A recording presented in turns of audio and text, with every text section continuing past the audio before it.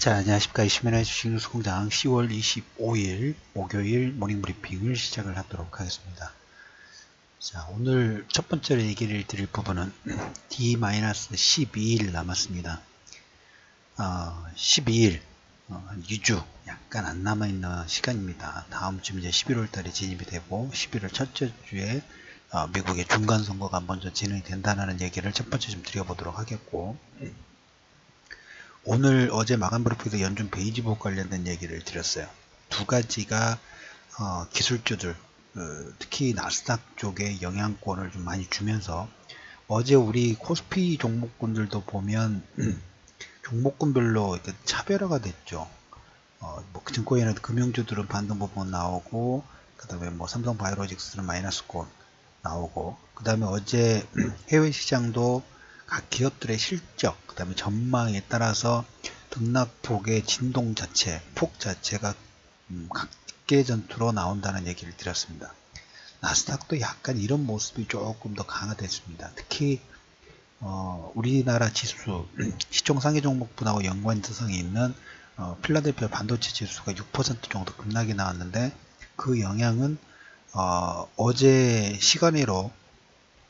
시간에서 실적 발표를 나왔던 텍사스 인스트루먼트 장중에 마이너스 8%대까지 하락 부분들이 나왔어요. 그로 인해서 필라델피아 반도체 지수가 마이너스 6% 정도 급락이 나왔는데, 여기에 이제 그 텍사스 인스트루먼트의 실적 전망치 하락 부분들의 메인 포인트는 중국 내 수요 둔화 전망이에요. 중국과 미국과 무역 분쟁, 그래서 중국 내 수요 둔화 전망의 가이던스 하향, 조정으로 인한 부담으로 마이너스 8% 정도.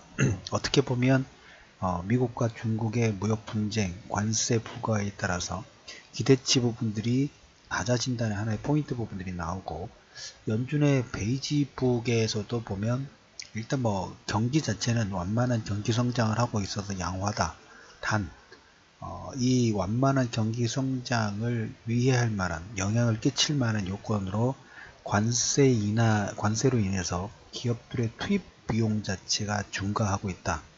근데 조금 전에 텍사스 인스트루먼트의 그 미국과 중국 내 수요 둔화 전망, 그 다음에 연준 베이지북의 관세에 인한 기업 투입 비용 증가, 다 1차적으로는 보면 금리는 지금 뭐 얘기 코멘트 부분 나오긴 합니다만 10년 국채 수익률 자체 최근에 상승 나왔던 게 지금 꺾이고 있죠. 꺾이고 있다는 부분 첫 번째 얘기를 들어보도록 하겠고, 그러면 두 번째로 보실 부분이 기업들의 실적인데, 실적의 가이던스 부분 나올 때 연준 베이지북도 마찬가지고 텍사스 인스트루먼트도 마찬가지고 무역 논쟁 관련된 얘기가 계속 포커스가 나오고 있죠. 그러니까 실질적으로 보면 관세 부과는 500억 달러 정도로 1차적으로 끝나고 2차의 진행 부분들은 되고 있지 않지만, 심리적인 투자 심리 자체가 계속 악화되고 여기에 대한 불편한 부분들이 계속 표명이 되고 있죠. 그래서 이로 인해서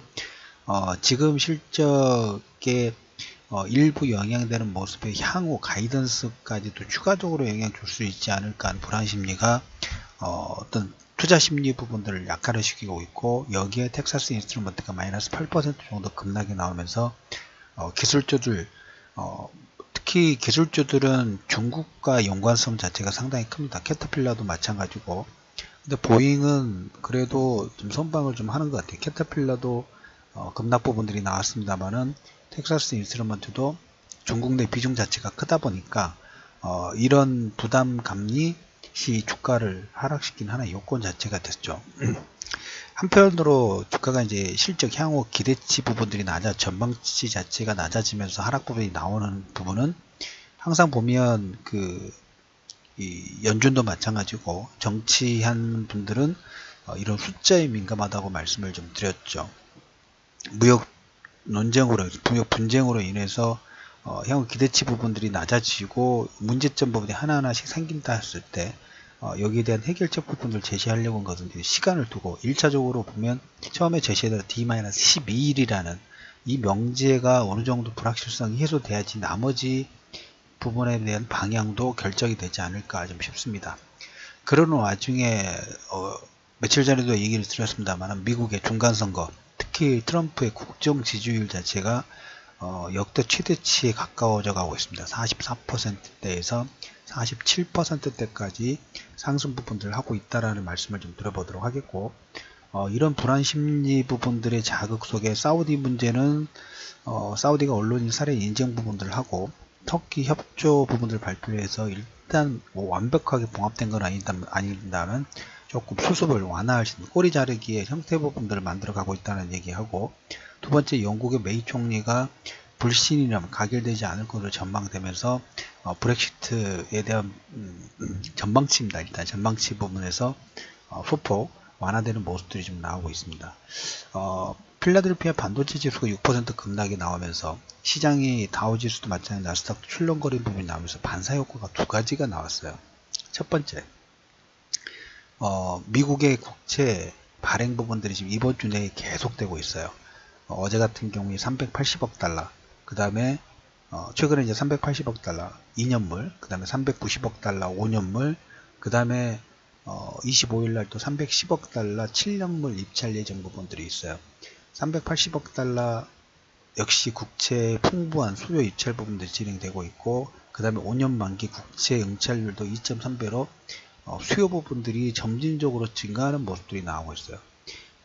국채 같은 경우에는 아시다시피 기본적으로 가장 안전하다는 안전자산 쪽이다 보니까 이렇게 글로벌 자금운용 부분들을 진행하신 분들은 위기라든지 변동성 부분이 커질 때 주식보다는 이 채권을 매입을 하면서 채권을 매수하려고 하는 전략 부분들을 쓸 수밖에 없겠죠. 그래서 380억 달러 2년, 그 다음에 390억 달러 5년, 그 다음에 5년물도 응찰률이 2.3을 되다 보니까 2.997 발행되고, 또 25일날 오늘 이제 310억 달러 규모의 7년물 입찰 예정 부분들이 되고 있습니다. 아무튼 주가는 출렁거린 부분들이 나오고 있는데 국채 수요 부분들은 증가를 하고 있죠.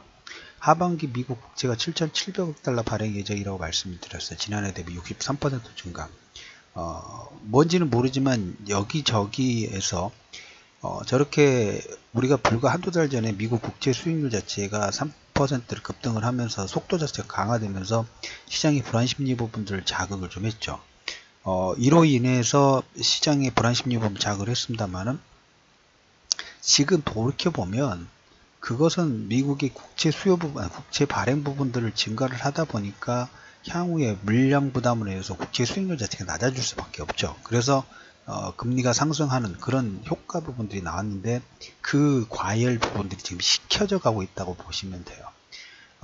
거기에 여러분들 이제 마지막으로 이거 시차를 좀 두고 볼 부분이라면 연준 베이지북에서 금리, 그다음 특히 무역 분쟁 관세 부분들에 대해서 코멘트를 했지만 여기에 각 연은 총재들 있죠. 요즘에 최근에 이제 몇몇 연은 총재들이 계속 매파 성향을 가지고 있는 연은 총재들이 특히 뭐 델라스 연은 총재 같은 경우는 내년까지 두 차례 금리 인상 부분을 주장을 하고 있어요. 최근에 국채 수익률 자체가 급격하게 상승 부분들 나왔고 그 이후에 이제 국채 수익률 자체가 금리가 좀 떨어지고 있죠. 하향되고 있지만 여기에 두 가지로 볼 부분이 각 연은 총재들의 코멘트 자체가 금리 인상 속도에 대해서 완급 조절에 대한 코멘트들이 계속 나오고 있어요.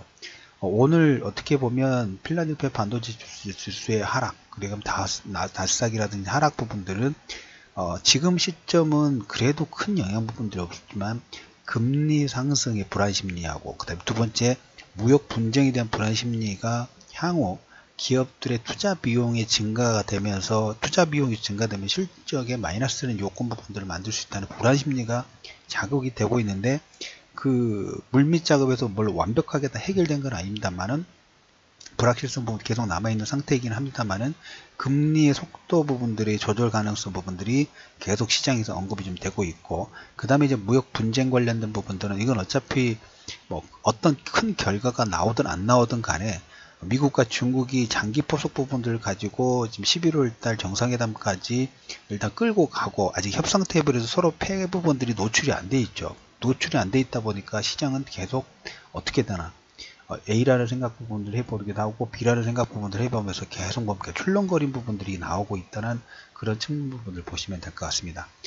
물론 이제 나스닥에 대한 수요 부분들이 나스닥이 4%, 필라델피아가 8% 정도 나오면서 이제 내일 SK하이닉스의 실적 부분들까지 SK하이닉스도 보면 텍사스 인스트루먼트의 영향권에서 단기적으로 내일까지는 영향을 받을 수밖에 없는 그런 구조 부분들이 있다라는 얘기를 첫 번째 드려보도록 하겠고, 그 와중에 이제 뭐 마이크로소프트는 클라우딩 컴퓨팅 서비스에서 한 시간에도 4%, 테슬라는 실적 개선되면서 시간에도 10% 급등이 나오고 있어요. 이 의미는 따로따로 움직이고 있단 말이에요. 종목군들도 마찬가지고 나스닥이 4% 하락 부분이 나왔지만 필라델피아 반도체 지수 6% 하락, 테슬라는 10% 상승, 마이크로소프트는 4% 상승. 어제도 보면 우리나라 포스코의 장중에 2% 반등이 나오는 것처럼 각 개별 종목군의 실적에 영향 부분들 주는 내용에 따라서 따로 국밥처럼 따로 움직일 수 있는 가능성 부분들 열어두시고, 더불어서 이제 시장에서 아직 시장에서 크게 부각되지 않고 있습니다만은 금리 인상 속도에 대한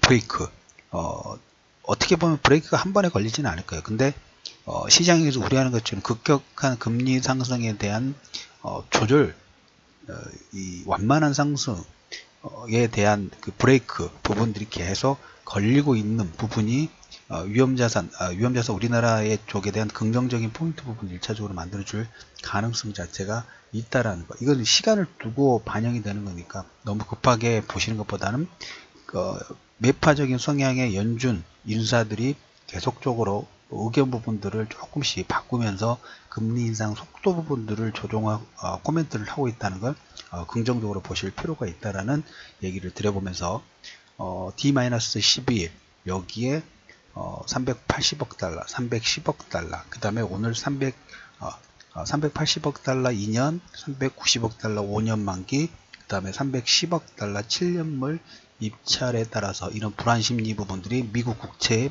수요 부분들을 증가시키는, 계속 하나의 소음이긴 합니다만 미국 국채를 발행하는 미국 입장에서는 긍정적인 포인트가 좀 될 수 있겠죠. 남의 불행은 자기들의 행복이 되는 그런 관점으로 일단 일부 정도는 체크해 두실 필요가 있다 라는 부분하고, D-12일 남았습니다. 이상 10월 25일 이슈맨의 주식 뉴스공장 모닝 브리핑을 마무리하도록 하겠습니다.